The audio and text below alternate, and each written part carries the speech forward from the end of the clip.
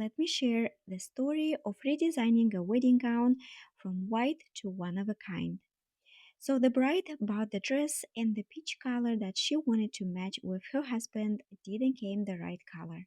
So I asked her if she wanted to add some 3D flowers that will be more peach color and it will match her dress. Of course, beside adding the 3D flowers, we had to do some adjustments. First adjustment is to adjust the sides. Of course, I pinned on her and we adjust that part as well. We also had to cut a little lower of the mesh, and then we can add all these 3D flowers and change the look. This is the fabric that it came. I ordered it from Kiki Textile and it matched perfectly the 3D flowers that she already have on the wedding gown. So first, I'm gonna start off adjusting the mesh part first, but before taking in the all the way sides, as you see, the mesh is pretty clean of lace, and I also mark on the fabric, and this is how much I have to take in on the bottom skirt. But before that, I will have to take my razor blade and start removing the lace that are on my way when I'm gonna adjust it. If you are a beginner, I do suggest to use the seam ripper. Yes, it's a little longer, but you have to practice a little bit more before you're using the razor blade. After removing the lace that is on my way on the fabric that I have to adjust, I will take the safety pin and attach those laces to the side. So that way when I'm going to adjust, I don't want these laces to go and get stuck into the seam that I already sewed. Next, I have to remove the top stitch and I will use the seam ripper. How much you have to open the top stitch? For example, if you taking in 1 inch, I will open 1.5 inches or 1.75 inches. So that way when we're gonna sew it back, it will be easier for us to put everything back just as original dress. After I remove the top stitch, as you see, we have 2 layers of the mesh, so I have to open that layer as well. Then we're gonna move to the waistline. Because the mesh part, the bodice part, is separate than the skirt part, we will have to take it in separately. So I do have to remove the top stitch on the skirt as well. So even if I have to take it in a waist 1 inch, I will open a little bit more because sometimes they do sew the lining all together so it's everything closed. So I have to open so much that my hand can go through and turn the dress all the way to the wrong side. After I remove the top stitch, I am opening the seam, and while I'm opening the seam, you can probably see the mesh part and the lining have a different top stitch together. So I will have to remove that too because I have to get access between two mesh fabric.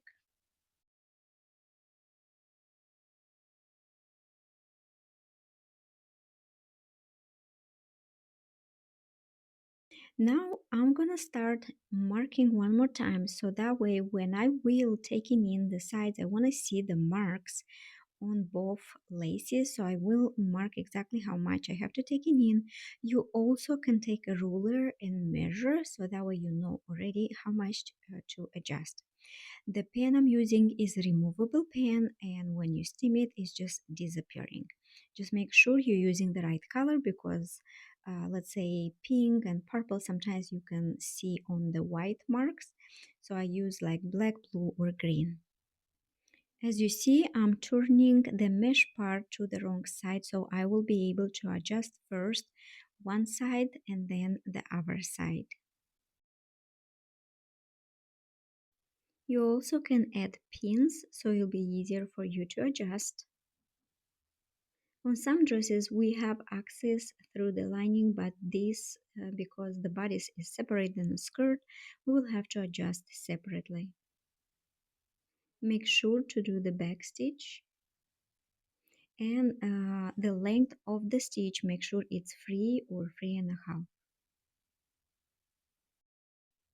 After we adjust one side, we have to remove the older line stitch because we don't want that to be seen. And also I will cut the allowance because we want to make sure the allowance it was exactly same as original dress.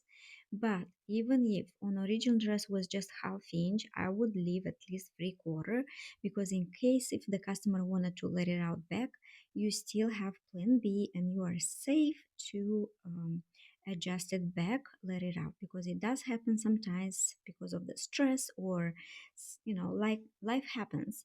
So sometimes we gain or lose weight. So this is why I always, when I adjust dresses, I also make sure I do have plan B. So after we adjusted one side, I will adjust the other side. Same thing, exactly how much we have to adjust it and how we marked it. And then we're gonna remove the other stitch and cut the allowance. So the mesh part is adjusted, so I'm gonna turn everything to the right side. And instead of making the seam from inside, I will make the seam as the top stitch. It will be easier and it's not really visible, so I think that will help. Make sure the position of allowance have to be open, or it can be sometimes all turned to the one side. Now it's time to adjust the skirt part, so I did turn to the wrong side, and as you see, I see my marks, how much I have to adjust it. So we're gonna start a little bit more up, and then we're gonna just follow our marks.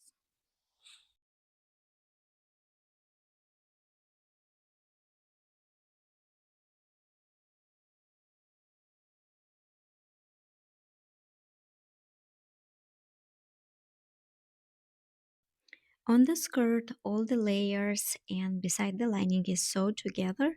So if we leave allowance just like a inch, that's still okay. If it's more than 1 inch, I would recommend to open Since that on this seam skirt was a and little too cut much, the I will have allowance to and cut leave it at least three exactly quarter how of much the the original allowance dress because you was. don't want to leave all that fabric inside. But also make sure you don't want to leave just a quarter or a half inch, because in case if customer wanted to let it out, you just can't do anything. After we adjusted the bodice part and the skirt part and the lining part, we have to close the waistline. So make sure you're matching all the seams in the same exact spot, and then you can put a pin to help out to match all that, and then you're gonna do the stitch. We're gonna sew it all together just how the dress was.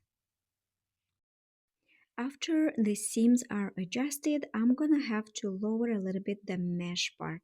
Make sure don't ever cut the mesh part because it will mess your dress. This is how the dress was designed, and this mesh have the function to keep the details close. If you're gonna just cut it out, the fit will be a disaster. So that's why you do can lower a little bit of the mesh, but do not ever cut it all off. And after all adjustments, here comes the fun part where I bought the fabric from Kiki Textile and I start to cut flowers out. They are two sizes, so one big and one small. And if I see kind of like the wrinkled petals, then I will iron it a little bit and all is going to be just perfect. So all the petals are ready to go, and we're gonna start to pin on the dress to see where we wanna sew them. I will start pinning the small flowers up on a skirt and then start to give bigger flowers on the bottom, and then we can just start hand sewing them.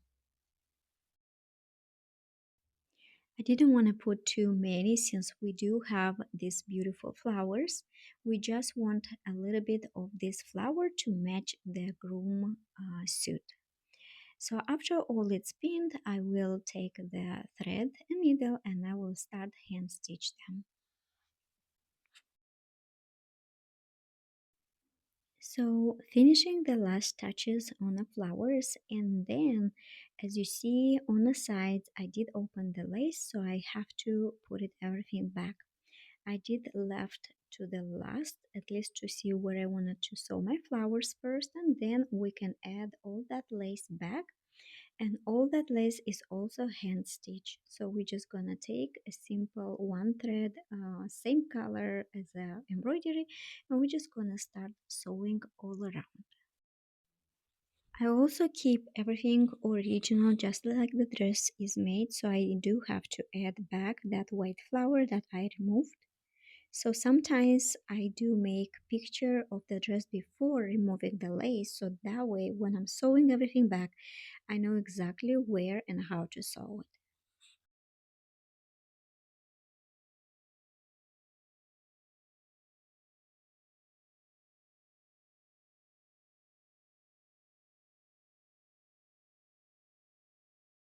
For the skirt part, since the skirt is so wide, we also can use the sewing machine to attach the flower.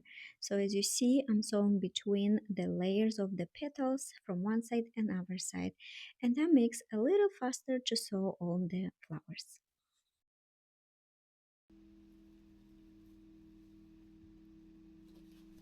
The customer is coming in literally 30 minutes, and I'm not done yet. So that's the busy season of the bridal alteration.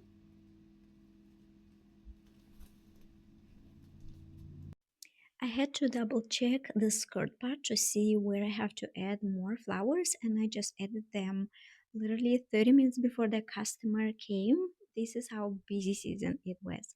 So after all it's done, let's see how all came together. So as you see, the dress is ready. So in like 5 minutes, the customer is gonna come, and I am so excited to see her reaction.